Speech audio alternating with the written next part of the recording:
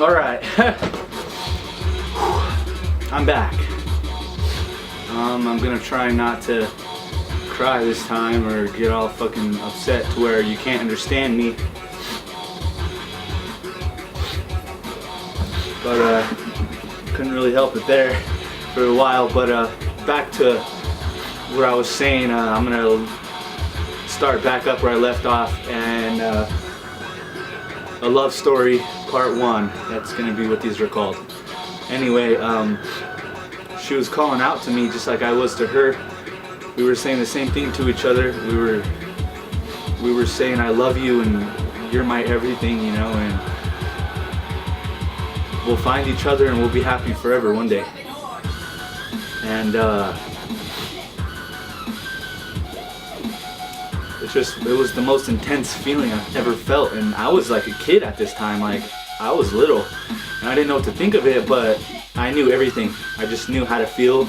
I knew how to handle it. I mean, I didn't go out looking for it or nothing. I just kind of waited, but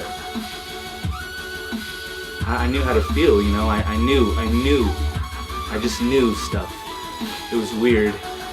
And I knew that I would find this girl sometime in my life, and that we would fall in love and we would be happy together.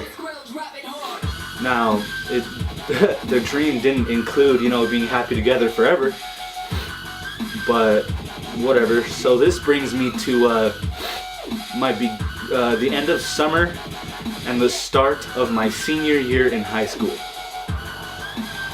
I had this thing called a Tumblr. I'm sure all of you know what that is. It's just like a blogging website, and I just started following this girl, and I liked what she was posting. Everything she would post would be perfect. You know, it still is. It's way different nowadays than what it used to be. It's different. But no matter what, even now and back then, it was fucking perfect. And I don't know, just I connected with it, and so I looked at her profile picture and it was the best picture I think of her. She's so fucking gorgeous. But this picture was of her walking along a log or something, balancing like that, like balancing, and she was wearing like a bikini top kind of thing, so you could just pretty much see the back strap and her lower back. She has these cute lower back dimples that are perfect, and she was wearing like jean shorts or just jeans or something. She had long, just wavy hair, long wavy brown hair. Anyway, I met her and I started out, I fucking love your Tumblr, it's fucking awesome, fucking fuck yeah, or something like that, full of fucks. And she messaged back with the same kind of thing, you know, like, fucking thank you, that's so fucking awesome, you know. And then we just hit it off like perfect, like nothing. Everything we would talk about, we would love about each other. We were so similar, we had so much in common. At the same time, we were different, but we were perfect for each other. We still are. I don't care what anyone says, and I don't care what she says, and I don't care what I care what she thinks, but it is what it is. And I'll get to this whole thing in a second, but I met her and we just hit it off, and it was perfect. And I was starting to get these vibes about her, you know. She was just so lovely, and I was falling in love with her instantly. I loved her from the first day I saw her. A picture of her. Now, this was long distance. She lives in Canada, and I'm here in Colorado. Now, we fell in love almost instantly, and this is where it gets kind of crazy. I couldn't bear it anymore, and I freaked out. I have bad anxiety, and I'm a lunatic because I've been alone my whole life, and I don't know, I'm just a fucking crazy bastard. But this possessed me, being in love with her so much, and I just couldn't stand it. We were so fucking in love, but we were in so much pain because of each other, because she lived there and I lived here, and it was all just so fucked up. And so I freaked out one day and I was like, fuck this, I'm leaving right now. And I'm in Colorado, alright? And I was like, fuck this, I'm gonna walk there or hitchhike there, do whatever the fuck it takes to get there. I'm gonna get there. So I packed all my shit and I left that night. And I told her, babe, I'm coming, you know. I told her I was coming for her. I told her I was gonna make a pit stop in Oregon because it was right by where she lived. And I had family there and shit, so I could take a breather and get my gears ready and then move on. Eventually I got there, right? It was all just so fucked up. I got even more depressed about it and I gave up on her. I just gave up. I couldn't bear it anymore, and I thought that for some stupid fucking reason that I was never gonna make it. That something was gonna happen and I was just never gonna be able to get to her. I was never gonna be able to be with her.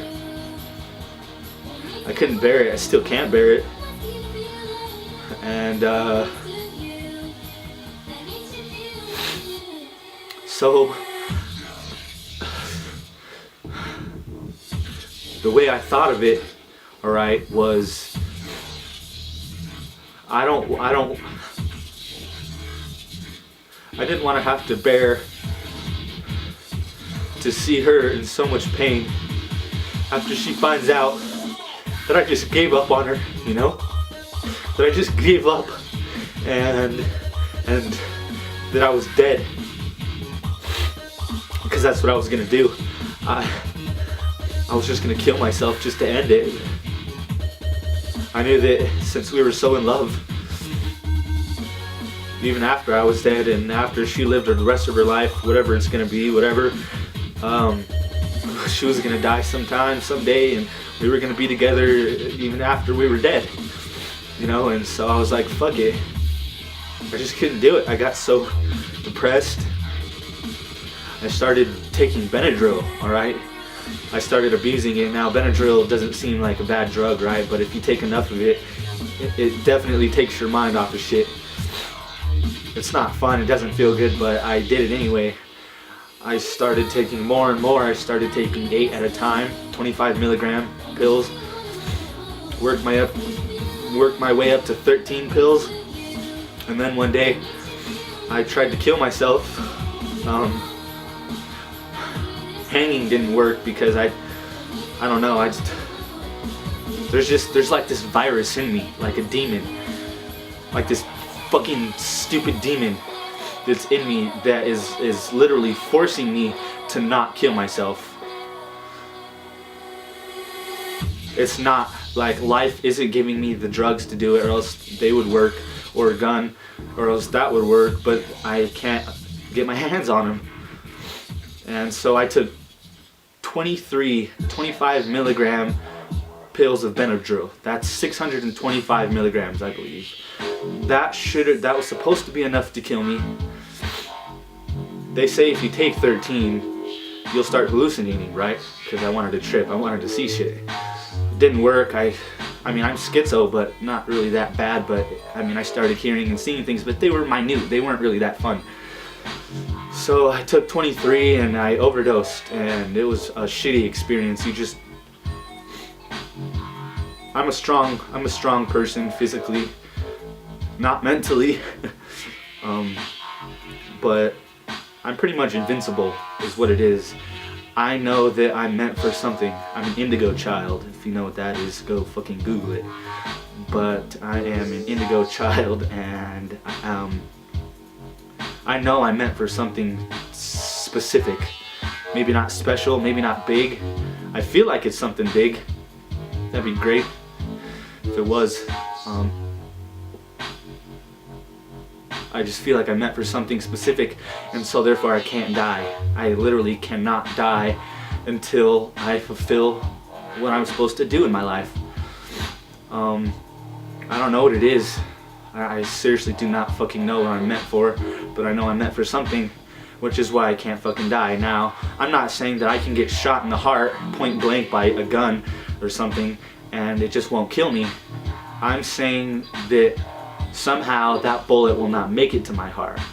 Somehow, if I was in a position where there would be a gun involved, it's not going to hit me in the right spot, or it's just not going to hit me, or it's just not going to go off. Something's going to happen to prevent myself from getting killed. Now, here's the thing about me and her. I would die for a lot of people. I would die for a lot of people in this world and in my life. I would die for them, gladly. Jump in front of a fucking bullet for them. Take the fall for them. Go to jail for them. I would gladly die for them. I would die for my daughter. I want to live for her so bad. But this girl that I'm in love with, I would live for her. I'm still doing it, I guess you could say. I don't want to. It's fucking killing me inside. Now back to this fucking the story. I got sidetracked. Sorry. But I just gave up, and so the way I saw it is I didn't want to have to bear to see her have the love of her life, me, go fucking kill himself and give up on her. So I figured, you know, I should make her hate me, because I thought if I made her hate me, then that would be better. If she didn't want to love me anymore, that way I could go kill myself and she wouldn't care, because hey, if she doesn't love me anymore, if I make her hate me, then I can get away with it. Well, I'm fucked up. I'm in this fucked up place in my life at this moment in time, and I meet this other girl. Her name, don't worry about it. I meet her and we just start talking, you know. She doesn't, it sucks to say in a way, but I didn't really love her. I don't love her. I still don't, never did. I liked her though, yeah. I thought she had a cute face. She made cute faces, and she was so sad, and that